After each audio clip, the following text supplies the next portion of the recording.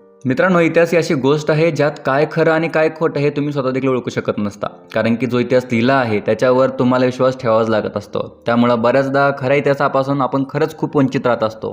आणि असाच काहीसा आहे मुघलांचा इतिहास. मित्रांनो, मुघल हे जरी परदेशी असले तरी सध्या आपण त्यांचा जो इतिहास वाचत असतो किंवा त्यांनी भारतासाठी किती चांगल्या गोष्टी केल्या आहेत याचं देखील वर्णन आपल्याला बघायला मिळत असतं.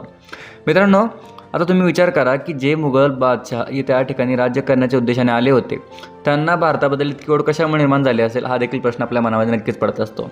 मित्रांनो नमस्कार, मी संकेत पवार आणि तुम्ही सगळेजण पाहताय काउंटडाऊन संकेत.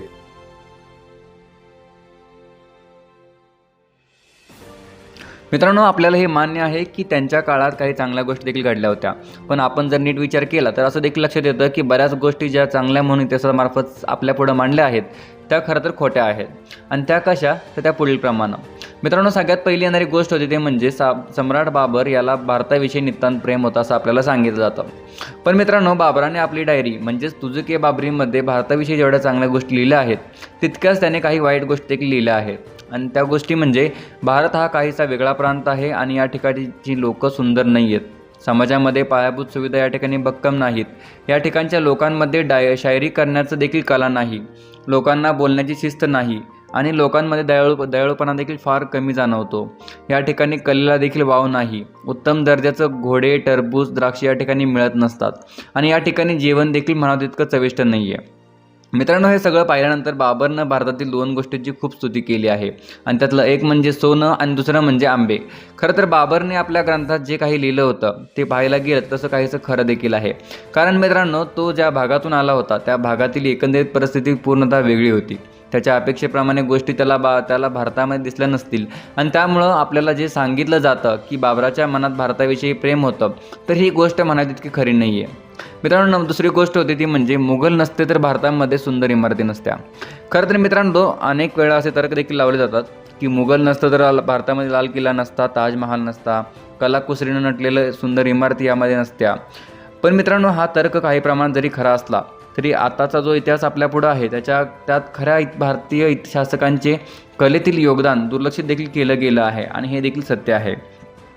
मित्रांनो, जर मुघल नसते तर ताजमहाल, लाल किल्ला नसता, पण त्यांना खरंच आपल्याला काही फरक पडला असता का?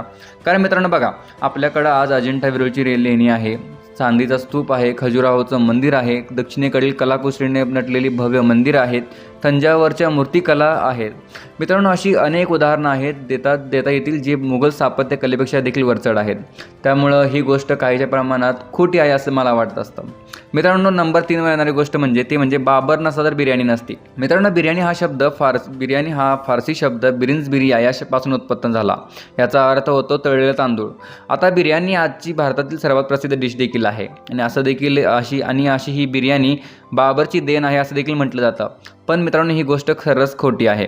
कारण की मित्रांनो, तुमच्या देखील लक्षात आलं असेल की भारतामध्ये लखनौ आणि हैदराबादी बिर्याणी सर्वात प्रसिद्ध आहे. पण आग्रा आणि फतेहपूरची सिकरीची बिर्याणी मात्र अस्तित्वातच नाही आहे. मित्रांनो, लक्षात घ्या, बाबर तुर्क होता आणि बिर्याणी फारसी शब्द आहे.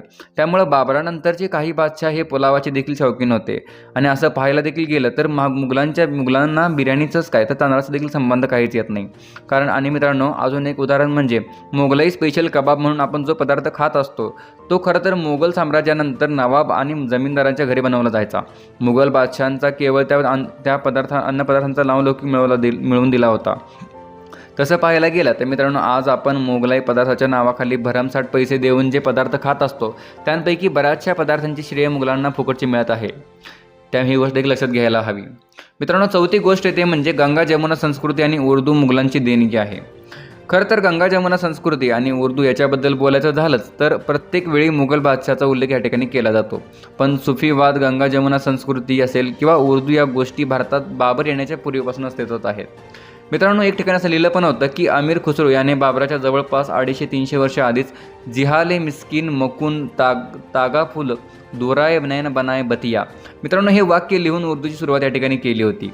आणि निजामुद्दीन औलिया आणि अमीर खुसरो यांनी हे दोघे देखील एकाच काळातील होते. त्यामुळे या दोघांचं कार्य म्हणजे आज हिंदू मुस्लिम यांचं ऐक्य मानलं जातं. म्हणजेच जे हिंदू मुस्लिम ऐक्य वाढवण्याबद्दल अकबराचा उदो केला जातो, खरं तर ते ऐक्य मुघलांच्या पूर्वीपासून भारतामध्ये जोपासलं जात आहे. मित्रांनो, 5वी गोष्ट अशी होती ते म्हणजे मुघल पहिल्यांदा आले आणि युरोपियन नंतर आले असं देखील सांगितलं जातं. खरं तर मित्रांनो, वास्को द गामा हा 1498मध्ये भारतामध्ये आला होता आणि बाबर 1526मध्ये भारतात आला होता. त्यामुळे हा इतिहास खोटा सिद्ध होतोच आणि मुघल हे त्यानंतर युरोपियन भारतात आले असं अनेक वेळा सांगितलं देखील जात होतं.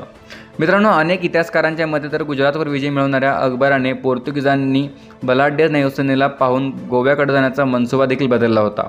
तसंच काही ठिकाणी तर खुद्द अकबरने पोर्तुगीजांशी करार देखील केले होते.